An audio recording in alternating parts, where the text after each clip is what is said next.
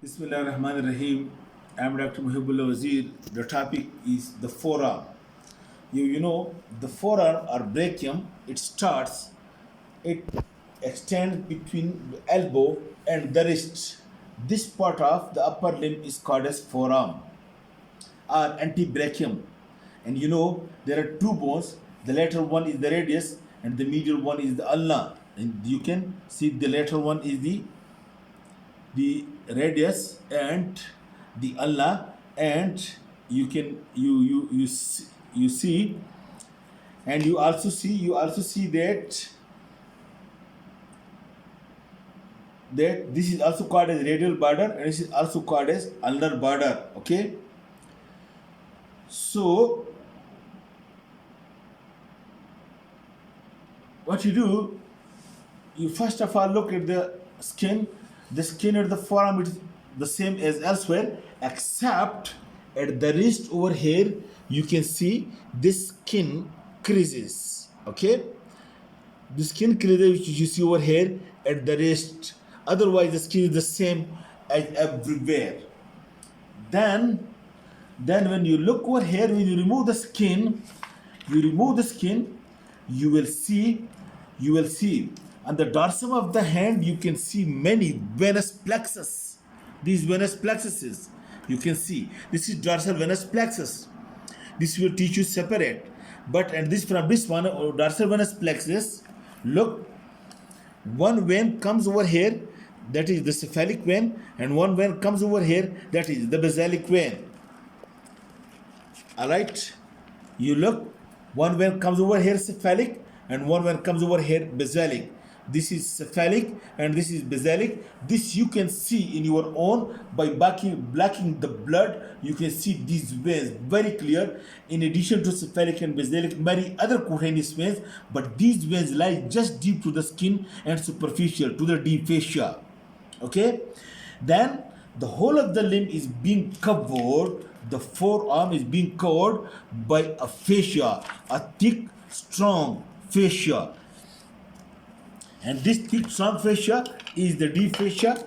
Okay, and this deep fascia over here, it is again the same as elsewhere in the body, but with one special modification, that is anterior to the wrist and posterior to the wrist. The deep fascia is more thickened by a strip. For example, you make this strip more thickened than this one. You can see this one, make it clear. This over here, which we call it as the retinacula, the flexor retinaculum and the extensor retinaculum. Over here, the deep fascia is being more thickened. This is the special modification in the deep fascia. Otherwise, it is the same.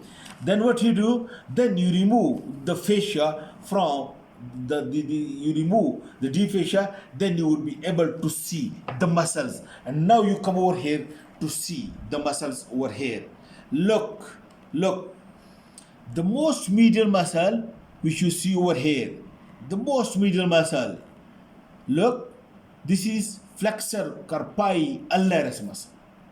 All right, the most medial muscle which you see over here, that is the flexor. Because look, I told you all the muscles on the front anterior is a flexor, and all the muscles at the back of the arm, the upper limb, they are extensors. So over here, the most medial muscle that you see over here, that is the flexor carpi ulnaris muscle. Note the point. Okay, then what you do, you reflect the flexor carpi ulnaris muscle medially, just medial to the flexor carpi ulnaris, you will see one nerve and one artery partially overlapped by the muscles in the upper part, but in the lower part this is not overlapped by this flexor carpi ulnaris. So just lateral to this flexor carpi ulnaris, the nerve and the artery which you see, this is the ulnar nerve and this is the ulnar artery.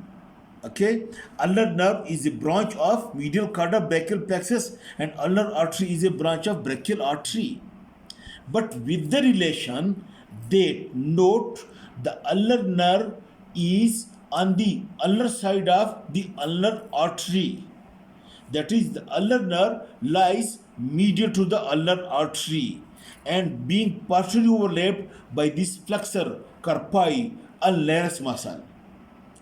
Okay, in the upper part, but in the lower part, it is not covered by the flexor carpi ulnaris. Okay, then come to the lateral border. Along the lateral border of the forearm, along the lateral border, you would see three muscles lying one upon the other. Look, the most superficial one, that is the brachioradialis. Then the next one, extensor carpi radialis longus. And then the deepest one, that is extensor carpi radialis brevis. In this way, three muscles lies along the radial border. Note the point. Brachioradialis, brachium and radius bone, extensor carpi radialis longus, and extensor carpi radialis brevis. As the name indicates, extensor muscles, but they lies along the radial border, partially overlapping over onto the flexor surface. And when you reflect these muscles laterally, again you would see over here again one nerve and one artery. Look, this artery which you see over here, this is the radial artery, and this nerve which you see over here, this is the radial nerve, not the radial nerve but the superficial cutaneous branch of the radial nerve, because you already know that the radial nerve have already been passed to the posterior compartment by passing between the two heads of supinator muscle. So over here also you see one nerve and one artery, superficial palmar cutaneous branch, superficial branch of the radial nerve and the radial artery, but with the relation that the radial nerve is on the radial side of the radial artery. That is, the radial nerve is lateral to the radial artery. It means at each border is one nerve, radial nerve and ulnar nerve. Along with each border, with each brother, there is one sister, that is the radial artery and ulnar artery. Between the two brothers, the two sisters are being protected. Okay, the median nerve lies in the middle. We will discuss later on, but at the present we are concerned with the flexor compartment, especially for the muscles.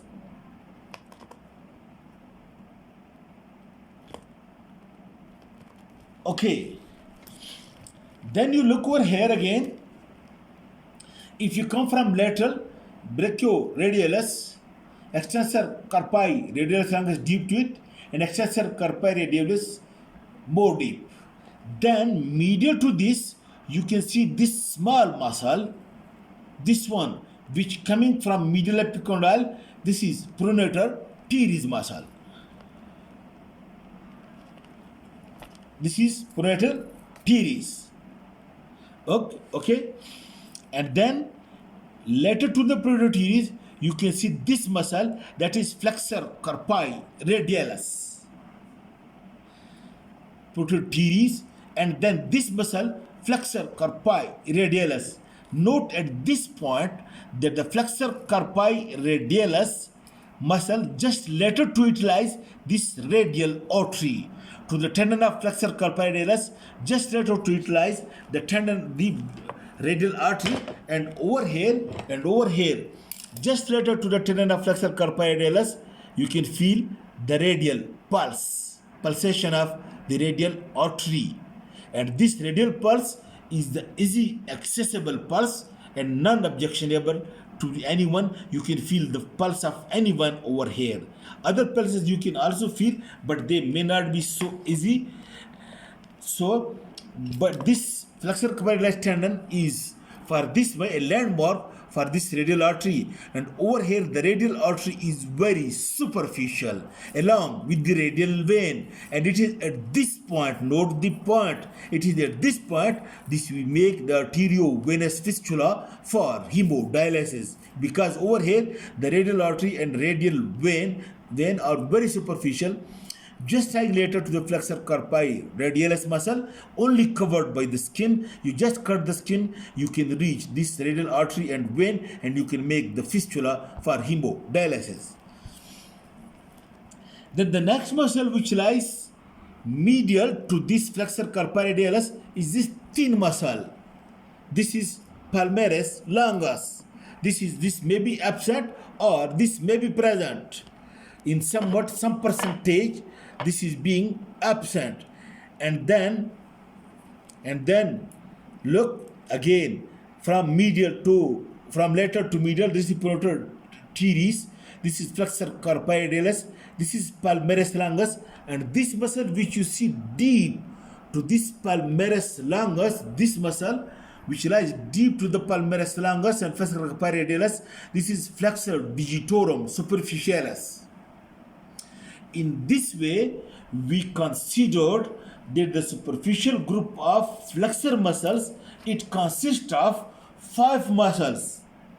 That if you put the heel of your hand at the medial epicondyle, then the thumb represents from the pronotor teres, this index finger for flexor carpi radialis, this one for palmaris longus, this one for flexor digitorum superficialis, and this one for the flexor carpi ulnaris.